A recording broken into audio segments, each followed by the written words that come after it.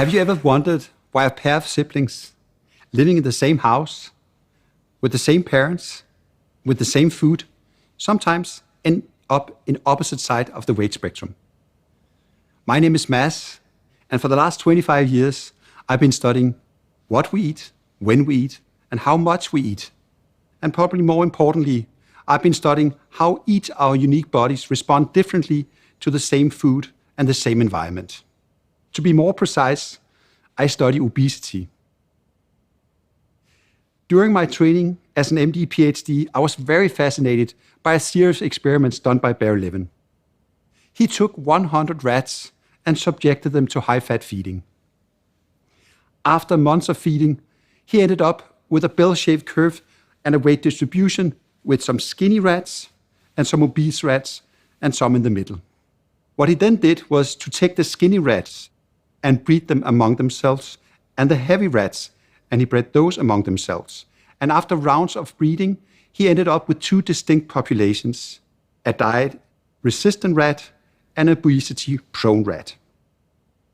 And here's the really interesting part. Then he took the skinny or the obese and either massively over or underfed them. And their weight would of course go up and down depending on the dietary regimen. But it was as if their little bodies would remember the same old weight trajectory. So once the dietary regimen was stopped, the rats went right back to the initial weight trajectory. It was like as if you could dress up the obese rat in a skinny sheep's clothing, but the obese rat nature was still scratching to get out. The same thing applies to humans. If you take 1,000 kids and weigh them, their weight will also be distributed in a bell-shaped curve, some skinny, some in the middle, and some heavy. We know that some of the skinny kids will remain skinny throughout life, and some of the obese kids will stay obese throughout life. You could argue that their weight, to some degree, has been predetermined. You could also argue that obesity is a disease. Wait, did I just say that? Obesity a disease? Yes. There's actually data and science that shows that. And I've made it my audacious life goal to come up with a solution to prevent, treat, or even cure obesity. Let me explain. In the early 1980s and 1990s, obesity was considered a potential global problem. A global problem of a magnitude that led WHO in the end of 1990s to declare obesity a global pandemic. And I probably don't have to tell you why. Higher rates of diabetes, hypertension, cardiovascular disease, even some cancers, osteoarthritis, and a clear link to mental conditions such as depression. So as the number of obese individuals grew, so did the number of people suffering from these diseases. Today, more than 50% of the US adult population are living with obesity or overweight. From a health perspective, that is devastating. But it's not only a US problem. The obesity surge has made obesity a global health problem. Many inside and outside the medical community believe obesity is not a disease. They believe that obesity is a condition brought about by too much eating and too little exercise. As a matter of fact, a lot of people living with obesity think that too. They believe that their weight is 100% their own fault, which can lead to self-blame and low self-esteem, and perhaps even shame or stress eating, which is both heartbreaking as well as counterproductive. But where is the scientific proof that obesity is a disease?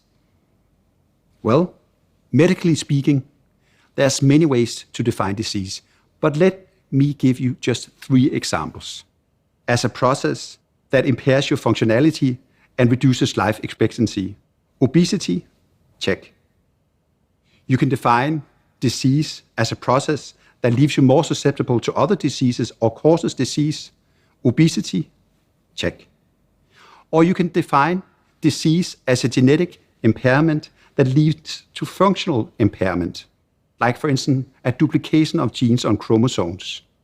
there are clear evidence that a single gene mutation can lead to obesity, such for instance leptin deficiency and POMC deficiency.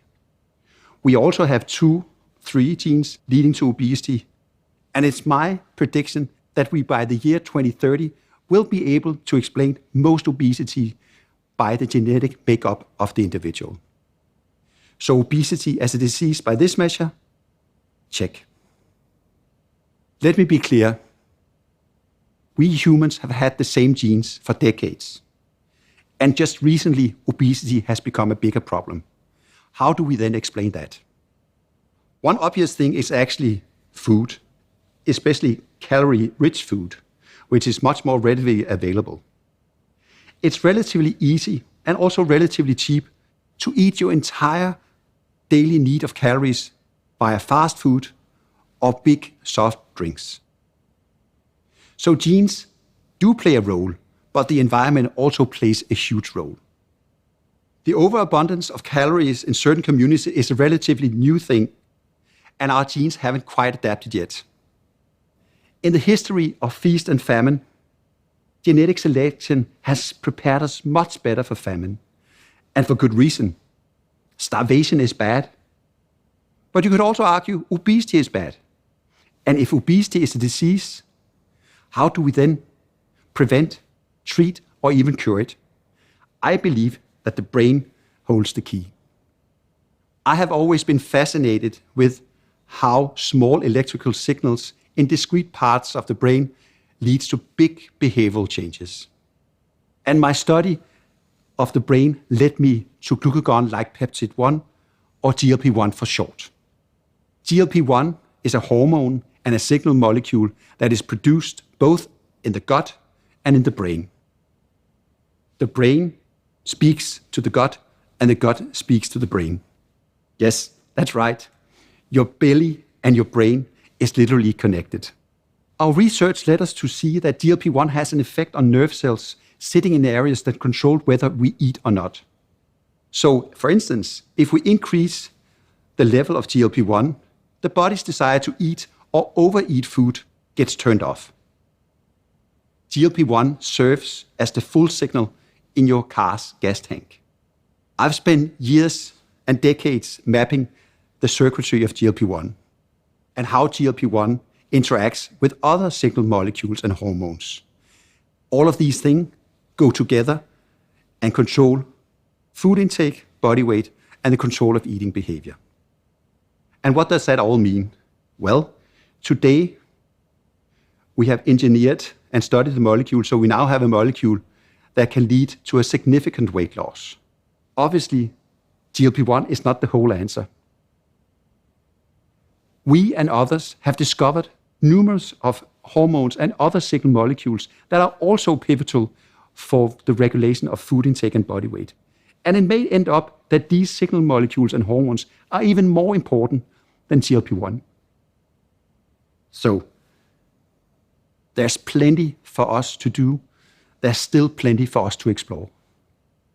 So this is not the end. It's not even the beginning to the end, but perhaps this may be the end to the beginning. We may have a massive weight crisis on the planet today, but the good news is we are on the right path.